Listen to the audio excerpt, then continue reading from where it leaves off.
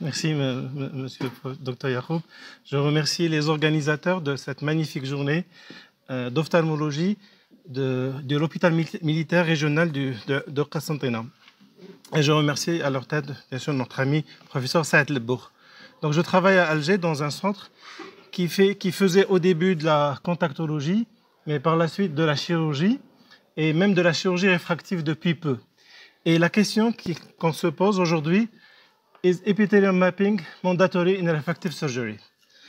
Je n'ai pas de conflit d'intérêt. Commençons par poser cette question à ChatGPT. Et la réponse est assez claire. Non, l'epithelium mapping n'est pas obligatoire pour faire de la chirurgie réfractive. Autre intelligence artificielle, cette fois-ci Bing, et la même réponse. Non, l'epithelium mapping n'est pas obligatoire pour la chirurgie réfractive et avec cette fois des références. Donc c'est plus intéressant et c'est plus élaboré comme réponse. À la fin de cette communication, j'aimerais vous dire que l'intelligence artificielle a tort et je vais vous montrer les preuves. D'abord, la physiologie de l'épithélium cornéen. On sait tous que l'épithélium se renouvelle rapidement en une semaine et ce turnover rapide doit respecter la forme de la cornée. C'est-à-dire qu'une cellule qui meurt, elle est remplacée par une autre cellule, mais le profil total doit rester le même parce que l'épithélium a une puissance, et il a une puissance réfractive significative, puisque l'indice de réfraction de l'épithélium est supérieur à celui du stroma. Donc on a une interface, un dioptre optique réel entre l'épithélium et le stroma. L'épithélium aurait une puissance de moins 1,4 dioptrie, et il faut en tenir compte quand on fait de la chirurgie réfractive. Et il faut savoir que cet épithélium pourrait changer de forme pour absorber les déformations qui surviennent au-dessous de cet épithélium, à savoir le stroma. Et ces déformations sont iatrogènes lorsqu'on parle de chirurgie réfractive. Cet épithélium cornéen serait moins épais en supérieur qu'en inférieur, et il est aussi moins épais en temporal qu'en nasal. Et c'est dû à l'action de la paupière, du tarse de la paupière supérieure qui vient frotter et lisser cet épithélium à chaque clignement. 4 règles à savoir concernant la pathophysiologie de l'épithélium cornéen et surtout l'épithélium thickness, c'est-à-dire l'épaisseur épithéliale. D'abord que cet épithélium s'épaissit à chaque fois que le stroma sous-dessous s'aplatit, où il y a une perte de substance, comme vous voyez ici. Au contraire, cet épithélium, ici en noir, s'amincit à chaque fois que la cornée, le stroma sous-dessous, devient plus cambré ou lorsqu'il y a une surélévation de ce stroma. Quatrième règle, c'est que l'amplitude de cette modification est corrélée à l'amplitude du changement de la courbure cornéenne. Et en dernier, que toujours l'importance de ce remodelage est d'autant plus important que le changement est abrupt. Je vous donne cet exemple. Ça, c'est un patient, c'est mon voisin, il a 17 ans. Quand je lui ai fait le cross-linking, un epi-off cross-linking, il y a 10 ans de cela. Je lui ai fait un cross-linking parce que ça m'a fait une greffe de cornée et parce que sa soeur porte des lentilles rigides. Il voyait 10 sur 10. Malheureusement, il a fait une complication rare du cross-linking qui est la nécrose stromale. Donc, il a perdu beaucoup de son stroma et son stroma est devenu très très plat. Maintenant, regardez comment se comporte son épithélium. Si on fait une pachymétrie, on va se retrouver avec une épaisseur de 300 microns. Mais en réalité, la moitié de cette épaisseur, ce n'est que de l'épithélium. C'est-à-dire que s'il n'y avait pas cet épithélium, s'il n'y avait pas cet épaississement ici, eh ben, on aurait une carte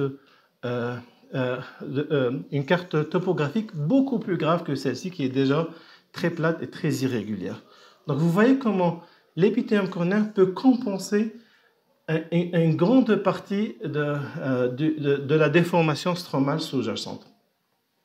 Il y a des exceptions concernant les 4 règles. Les exceptions concernent les dystrophies de la membrane basale épithéliale. Quand il y a une dystrophie de la membrane basale épithéliale, souvent l'épithélium sous-jacent s'hyperplasie. En cas de sécheresse oculaire aussi, l'épithélium s'hyperplasie.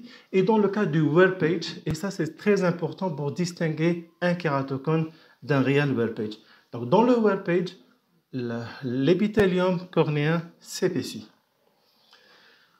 Okay. Sur la colonne de droite, ces images, c'est des images de mapping épithélial par technologie ultra high frequency ultrasound. Donc c'est des ultrasons, donc ça demande une immersion. Et c'est les premières maps qu'on avait qui démontrent de haut en bas un mapping épithélium normal avec un amincissement supérieur et un épaississement inférieur. Ici, c'est un kératocone. Donc, le stroma bombe et par conséquent, l'épithélium s'amincit. On a cette image en cocarde. Dans le traitement post-lasique d'une myopie, eh ben, on a perdu en photoablate le stroma et immédiatement l'épithélium réagit en s'hypertrophiant. Le contraire en cas la même chose en cas de kératotomie radiaire, le contraire en cas de lasique hypermétropique, la même chose en cas d'orthokératologie et la même chose en cas d'ectasie post-lasique. Il faut savoir que cette réaction qu'a l'épithélium à amoindrir les changements de la forme du stroma est d'autant plus importante que le vice de réfraction corrigé par chirurgie réfractive est plus important et il est encore plus important lorsqu'il s'agit d'une hypermétropie. Donc, toujours garder à l'esprit cette image. Quand on remodèle le stroma, on pense qu'on fait un geste définitif sur quelque chose de dur. Ça, c'est vrai. Mais au-dessus, il y a une membrane qui est flexible, qui est malléable, qui va compenser ce qu'on a induit en faisant de la chirurgie réfractive, qu'est l'épithélium. Et dans les machines récentes, maintenant, les nomogrammes de traitement prennent en considération la capacité de l'épithélium à reshaper le stroma cornéen. On fait de l'orthokératologie depuis 2010 et on sait la puissance de cet épithélium, puisqu'en faisant de l'orthokératologie, je peux corriger une myopie de de moins 7, et je peux corriger une hypermétropie de plus 4. Donc j'ai une marge de 11 dioptries. Donc l'épithélium peut varier pour absorber ou bien pour corriger, tout dépend de ce qu'on veut, 11 dioptries en équivalent sphérique et 4 dioptries en cylindre. Et ça, c'est une réalité. Regardez ce patient qui porte des lentilles d'orthokératologie. En 10 jours, l'amincissement épithélial passe de 52 à 42 pour corriger moins 3 dioptries de myopie. Et ça, c'était l'objectif. Et si vous remarquez, le changement intéresse uniquement l'épithélium et non pas le stroma. Les machines que nous disposons actuellement sont nombreuses. Bon, à gauche, c'est la machine Artemis. Ça, c'est des ultrasons. Pratiquement pas très intéressantes, mais toutes les autres reposent sur la technologie de la tomographie par cohérence optique. Un petit plus pour le MS39 de CSO, qui est une machine hybride qui combine les disques placido pour la surface antérieure de la cornée, pour une belle prise des courbures cornéennes antérieures, avec l'OCT pour une tomographie d'élévation. Il faut savoir que toutes les machines ont été étudiées et plusieurs études démontrent la répétabilité des examens, c'est-à-dire dans la même période, dans le même laps de temps, on fait plusieurs examens, on a le même résultat. Aussi la reproductibilité, c'est-à-dire si on fait les examens à des temps différents, s'il n'y a pas une pathologie, si rien n'évolue, c'est assez reproductible. Mais les examens ne sont pas interchangeables, c'est-à-dire que si je fais une mesure avec une machine X, je ne peux pas continuer à suivre le malade avec une machine Y. Je dois continuer à le suivre avec la même machine. C'est le même principe qu'avec les topographies et les tomographies actuelles. Okay. Première remarque, sécheresse oculaire. Ça, c'est une malade qui est venue elle était candidate à une chirurgie réfractive. Et regardez, les 4 cartes, elles sont normales. Et les cartes on voit rien au niveau des 4 cartes. N'est-ce pas, docteur? Isn't it, doctor? Our friend from the fourth maps are normal. Mais cette patiente, parce qu'elle est candidate à faire une chirurgie réfractive, nous faisons systématiquement, nous avons l'OCT Revo qui nous donne ces cartes, on fait systématiquement une mapping épithéliale. Et quand on voit un mapping épithélial dans cette patiente, regardez au milieu, on a 70 d'épaisseur cornéenne centrale et 66, donc on a une hyperplasie. Et cette patiente, parce qu'elle a fait l'hyperplasie, bon, on a essayé d'expliquer, et effectivement, on a fait un examen des larmes et on a trouvé une sécheresse oculaire. Donc cette patiente, eh bien, pour le moment, on ne peut pas l'opérer. Il faut d'abord régler son problème de sécheresse oculaire, refaire le mapping épithélial, et s'il est normal, on pourrait l'opérer. Ok. Aussi, ce patient qui voit 10 sur 10 des deux yeux, il est victime d'une brûlure chimique et des deux yeux par un produit enzymatique. Et regardez, bien qu'il voit 10 sur 10, bon, je n'ai pas la pentacam qui est normale, mais regardez comment l'épithélium réagit pour effacer la nécrose stromale chimique, pour qu'à la fin, il garde une très bonne vision. Il voit 10 sur 10 des deux yeux sans correction, il est quasiment hémétrope. Et regardez l'importance du remaniement de l'épithélium pour corriger ce qui a perdu en stroma au-dessous après la brûlure. Ok. D'autres exemples, ça ce n'est pas les exemples de notre centre. Il faut savoir quand on fait une chirurgie photoréfractive, une trans-PKR ou un LASIK, on fait systématiquement un mapping épithélial. Et pour ce patient, par exemple, c'est vrai que c'est des cas exceptionnels, mais ça peut arriver. Et quand on fait de la chirurgie réfractive, je pense qu'on n'a pas le droit à l'erreur. Et il faut à tout prix avoir le résultat. Donc, nous, depuis quelques années, nous faisons systématiquement le mapping épithélial. Ce patient a un mapping épithélial de 120. Donc, si on procède à une technique classique, et si on opte pour un LASIK, on fait un flap de 110 microns, et bien 110 microns, on est toujours dans l'épithélium. Et ce patient, il ne sera pas satisfait le lendemain, il ne sera jamais satisfait, on a certainement sous-corrigé le patient. Et même si on a décidé de faire une PKR, si on n'a pas introduit une trans-PKR, si on n'introduit pas la valeur, et on prend la valeur standard de 55 microns, et ben, les premiers tirs de la machine seraient dans l'épithélium et non pas dans le stroma. Et donc ce patient va finir par certainement se corriger. Donc ça c'est un exemple. Aussi, pour suivre les patients après, par exemple, un LASIK, il faut savoir que l'épithélium va rapidement, dès le premier jour déjà réagir. On a perdu du stroma, et ben, il réagit. Il réagit en hyperplasion, en hyperplasion, et rapidement, l'hyperplasie atteint son maximum au bout de 3 mois, et ensuite elle reste constante. Et il faut tenir compte de cette hyperplasie. C'est vrai que les nomogrammes actuels prennent en considération la réaction épithéliale, mais en médecine, il y a toujours des exceptions. Et donc, on a besoin d'un mapping épithélial initial, et par la suite, on pourrait savoir qu'est-ce qui se passe exactement chez ce patient qui se trouve sa myopie récidivée. Est-ce qu'il fait une ectasie post-LASIK? Est-ce que c'est la longueur axiale qui a augmenté? Ou c'est juste une hyperplasie de l'épithélium? Ce patient aussi, après chirurgie LASIK, est insatisfait parce que regardez comment... On pense que le LASIK ne touche pas l'épithélium. Dès qu'il y a une atteinte du stroma, l'épithélium au-dessus va réagir, et vous avez vu que la réaction est rapide et se voit rapidement dès les premières heures de la chirurgie. Ce patient, malheureusement, il a réagi mal au LASIK avec un épithélium irrégulier responsable d'une irrégularité et d'une mauvaise vision. Ok. Chose intéressante, c'est le warpage qui est dû par lentille de contact.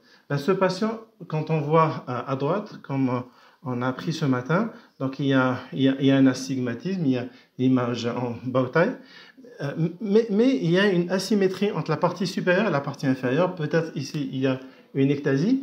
Et quand on fait la pachymétrie épithélienne, on voit une hyperplasie de l'épithélium. Et ça nous signe, c'est un diagnostic différentiel. On est sûr que ce n'est pas un kératocone, parce que dans le kératocone, l'épithélium devrait s'amincir et non pas s'hyperplasier. Ici, l'épithélium s'hyperplasie, donc c'est lui qui est responsable de cette déformation à à la carte axiale ou à la carte tangentielle. Et donc, ce patient, peut-être, on va lui dire, enlever l'anti de contact, attendre un mois et repasser. Et probablement, on va retrouver un mapping épithélial normal et cette déformation va disparaître. Donc, Warpage versus kératocone, c'est simple. Donc, dans le Warpage, on a une hyperplasie de l'épithélium cornéen, alors que dans le kératocone, on a un amincissement de l'épithélium cornéen.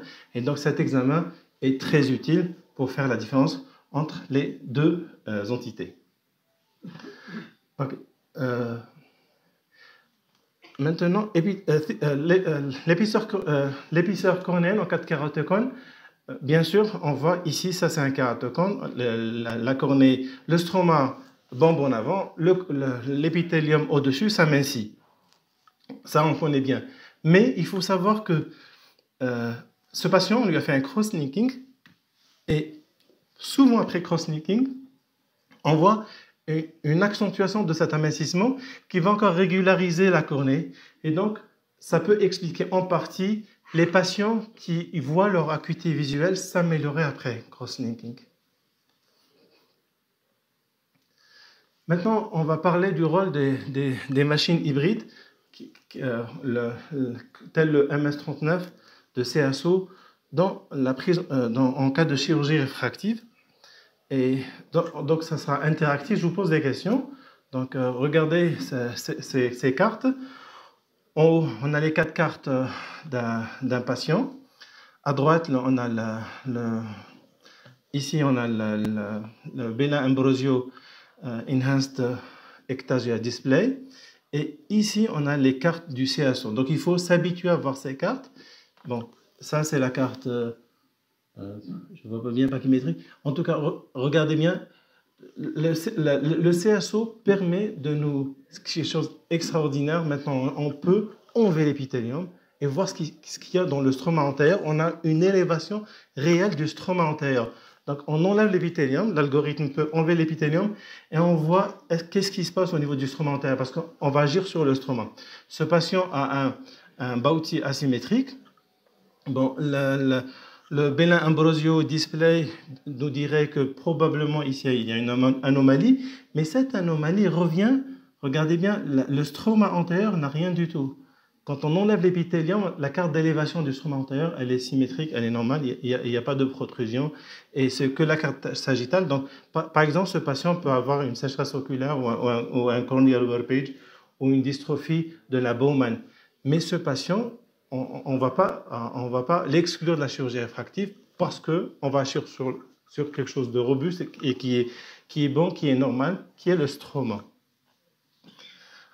Ok, autre question, autre cas, kératocone ou pas, chirurgie ou pas. Donc, la même chose. Donc, on voit ici une anomalie de la face antérieure. Le Bella Ambrosio Display Enhanced Detection est normal. Et dans le CSO, donc regardez que l'anomalie qui se trouve ici au niveau de la face antérieure de la cornée, eh ben, on ne la retrouve pas au niveau du stroma antérieur. Ici, on pourrait dire que l'anomalie ne touche que l'épithélium et probablement ce patient n'a pas de kératocone et il pourra bénéficier d'une chirurgie. Un autre cas, donc la même chose, kératocone ou pas, chirurgie ou pas. Donc, ce patient, quand on voit la face antérieure de son stroma, lorsqu'on le dénude de manière purement mathématique de son épithélium, eh bien, le stroma antérieur est intact, l'élévation antérieure est intacte, et les anomalies intéressent que l'épithélium. Et c'est l'anomalie qu'on voit quand on fait une topographie ou un pentacam n'intéresse que cette couche qui est malléable, qui est l'épithélium, qui peut nous induire en erreur, penser à une pathologie stromale sous-jacente alors qu'elle n'existe pas. Et ce dernier cas, chirurgie ou pas, la même chose, l'anomalie antérieure qui est presque confirmée au Bella Ambrosio Display, mais l'endroit de l'anomalie ne correspond pas à l'élévation stromale antérieure. Et bon, aussi, dans ce cas, peut-être qu'il ne s'agit pas d'un réel kératocone, mais juste d'un reshaping de l'épithélium. Maintenant, on a même besoin du mapping épithélial pour faire la différence d'une évolution kératochronique ou pas. Donc ici, sur la carte différentielle, on voit une augmentation de plus d'une dioptrie dans la kératométrie. Et cette augmentation, elle est confirmée aussi bien par la carte pachymétrique épithéliale que par les valeurs de l'élévation. Bon, ce n'est pas visible, mais si vous voyez point par point, il y a une augmentation. Donc je vais conclure par oui, l'épithélium mapping est obligatoire de nos jours en chirurgie réfractive, en préopératoire et en post-opératoire. Merci.